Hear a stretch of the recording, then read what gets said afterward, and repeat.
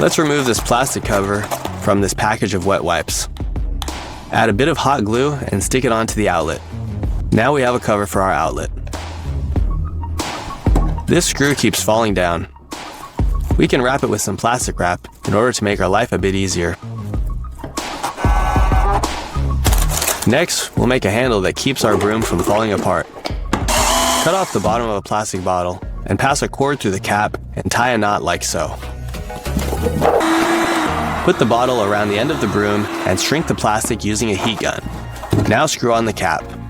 After some sweeping, we can hang it up when we're done. Our pliers are a little too small to unscrew this. But what about if we use the other side? Use a magnet to organize drill bits. Sawdust often gathers in our toolboxes. We can remove it by putting some masking tape with holes on the end of this vacuum to act as a filter. We don't seem to have the right tool to remove this bolt. If we can trace the shape of the bolt onto this bottle cap, we can use it to help us unscrew the bolt.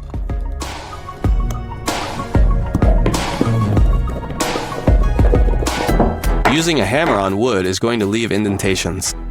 We can add some hot glue to the end of this hammer to act as a cushion and to protect the wood from being damaged. Unscrewing this nut using pliers can be a little tricky.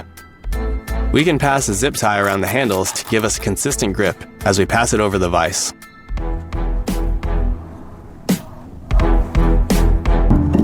Using a normal sander to sand the inner edges of this piece isn't going to work.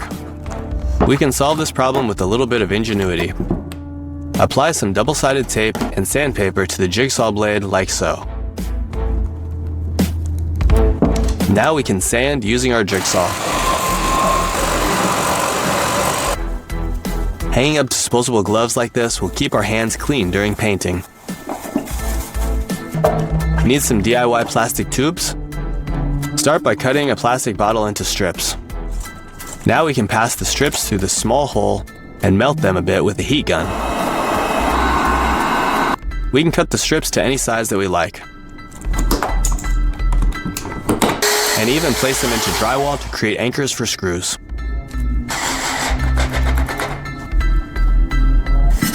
This old label just isn't coming off. We can use this DIY paint scraper to do the job. Our next project is making a can of spray paint using this plastic bottle. We'll attach a bike tire valve to the top of this plastic bottle. Then we'll cut off the top of this spray paint can and remove the inner tube. Then we'll pass the tube through the bottle cap and apply hot glue to seal it. Now we can screw on the cap and attach the nozzle. Fill the bottle with paint and pump it with air. Now it sprays. Using pliers will damage this metal rod. We can prevent any scratches by applying some hot glue to the teeth of the pliers. We can't remove this bottle cap with our bare hands, but we can use this plastic bottle to help us. Melt the top and flatten it out like so.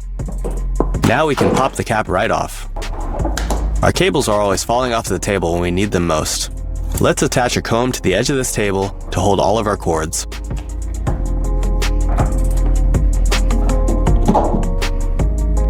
You can use a credit card to smooth out this bead of caulk for a clean, professional look. It's always difficult to solder tiny wires. Let's make a little stand. Wrap a rubber band around the handles of one pair of pliers.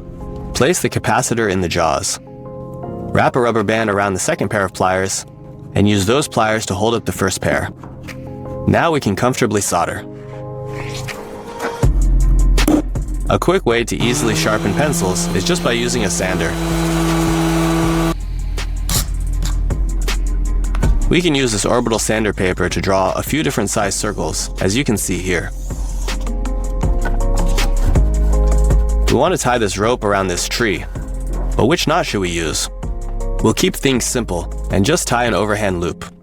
Start with a simple overhand knot and wrap the rope around the tree. Then use the loose end to follow the path of the overhand knot. Pull it tight, and now you have a secure knot. It's a fast and easy way to create clips for PVC pipe. Cut off a small end of the PVC pipe and slice it in half lengthwise. Secure the half into the wall with a screw.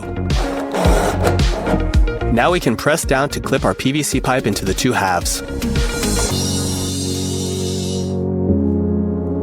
Now we'll be installing a ball valve. We need to stop the flow of water from this pipe, so we'll use a dowel. Gently hammer it in and then saw it flush if necessary. Next, we'll install the ball valve onto the pipe.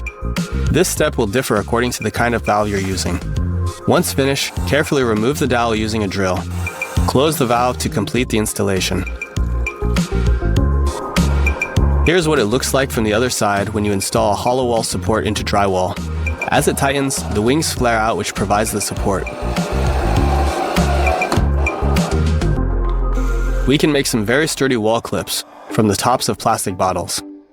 We'll heat the edges with a heat gun and then bend them over with a pair of pliers. Now we can screw our new clips into the wall to hold cables and pipes in place. Check out this cool way to keep your charging cables on hand. Tape a couple of magnets to the bottom of a binder clip. Now we can put the binder clip on the edge of a table to keep our cables within reach. We can remove the excess paint from paint rollers with a string and an empty paper towel roll. Press the tube down the brush to squeeze out the paint. Here's a quick and easy way to attach two aluminum frames together. Drill the screw in perpendicularly until it passes through the metal. Then turn the screw vertically and pass it through the frame below. We can make perfect circles using only a zip tie and a couple of pencils. Pass the strap through the head, then fold the zip tie in half. Use one pencil in the center of the circle and the other to trace the circumference.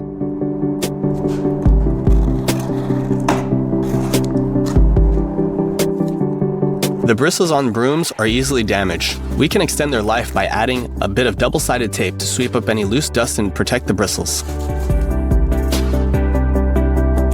We can squeeze out the last bit of toothpaste with this next trick. Zip tie two pencils together and pass the toothpaste tube between the pencils. Installing tongue and groove flooring should be done so that the ends of each boards don't line up with the neighboring ends. We can do this by lining the boards up initially and then sliding one board down, like so. Here's a great way to twist together wires. Drill two small holes into this washer head bolt and then insert the wires into the holes. Attach the bolt into the chuck and then hold the wires with a vise. Drill to twist the wires together. If we wrap this solder around these two wires, we can solder them together using a blowtorch to melt the solder.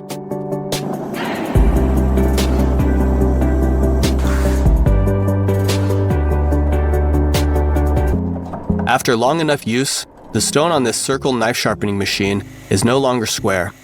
We can fix that with the help of an angle grinder.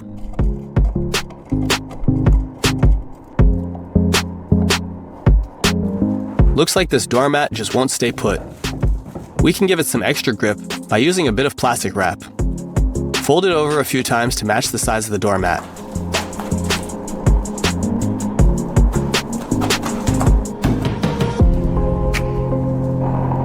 How about a glass of orange juice?